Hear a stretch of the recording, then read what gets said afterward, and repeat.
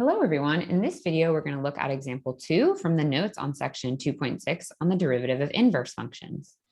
So in example 2, we're asked to use the same technique as example 1 to find a formula for the derivative of the arcsine function. So now let's just recall arcsine is another way of saying the inverse sine, which is also written as sine to the -1.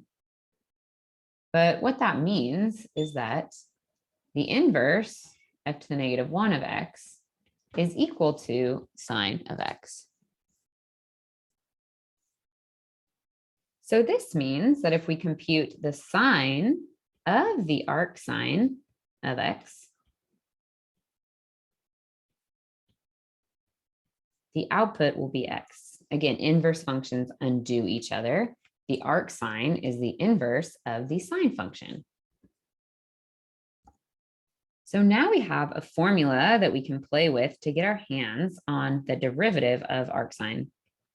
So let's start with this equation and use the same technique that we saw in example 1.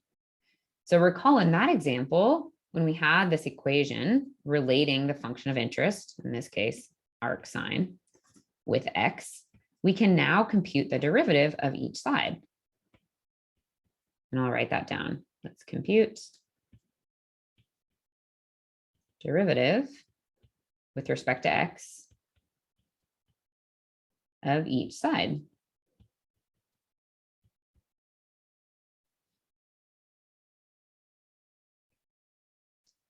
So that means the derivative of sine of arcsine of x with respect to x. And on the right-hand side, derivative of x with respect to x. All right, so we can recognize that left-hand side, that function is a composition of two functions. So we need to use the chain rule. So the chain rule says we first compute derivative of outside function. So let's recall derivative of sine. I'll write that out. Derivative of sine, recall, is the cosine function. So for us, that would look like cosine of arcsine of x. Our inside function, let's call it u, is arcsine. So that u comes out here. And now we need to take the derivative of the inside function, or derivative of that u.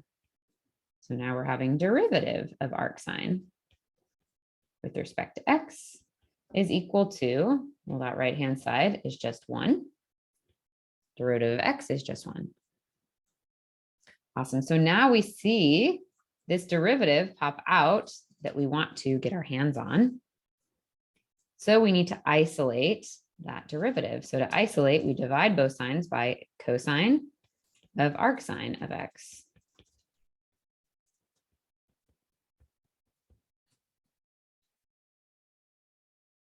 And on that left-hand side, that cosine of arcsine cancels out. And so we can summarize what we have left here. So we have now derivative of arcsine of x with respect to x is equal to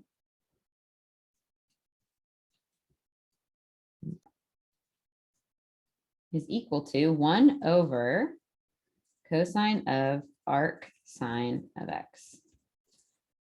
And if you're looking closely here, you'll see that I dropped a cosine here. So make sure you include that cosine in your notes, because recall we're just dividing both sides by that cosine of arcsine of x to get it to cancel.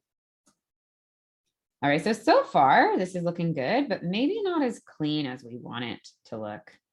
So let's just whip out some properties or definitions in trigonometry to see if we can simplify this down a little bit. So let's set up a triangle, which is the essential shape to get us thinking about trigonometry. And let's just recall some properties, relationships in with sines, cosines in trig. So recall that cosine of an angle theta, so this is theta, is equal to the opposite let's call it x over the hypotenuse. And I'm just going to use 1 for the hypotenuse because this is my triangle and it'll be easier to set up with the denominator being 1.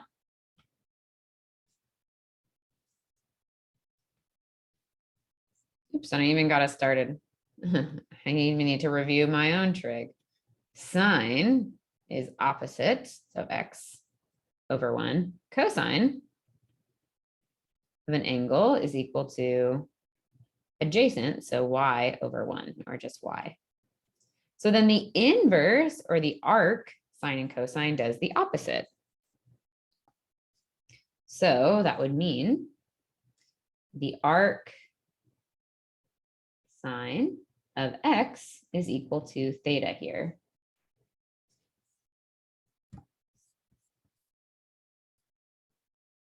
So then now, if I took the cosine of arc sine of x, which would equal cosine of theta, I would output this y value. Okay, cool. So then looking back at our formula, 1 over cosine arc sine x is just equal to y. But what is y in this sense? Well, y is the other leg of our triangle formed by x, 1, and y. So let's just dust off and dig deeper into our trig relationships and recall that in a right triangle, x squared plus y squared equals 1 using the Pythagorean theorem. So this means that if I want to solve for y, what is y in terms of x, because the variables that we have to work with are just that x input, then I could subtract x squared from both sides and then take a square root to just get y. So that would look like y equals square root of 1 minus x squared.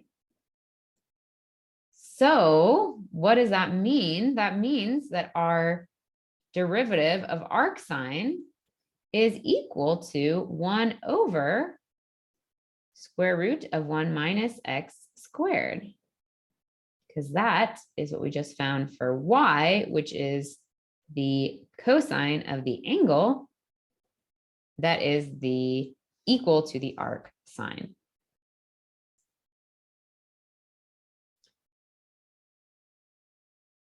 So let's go ahead and box that in as well. So that was just a lot of some old trig review. If it was overwhelming, don't worry about it. You're not going to have to do many of those operations on your own, or any of those operations on your own. You might be asked to use that formula that we just saw, but you won't be asked to derive that formula or other formulas requiring the use of this beautiful trig review that we just went through.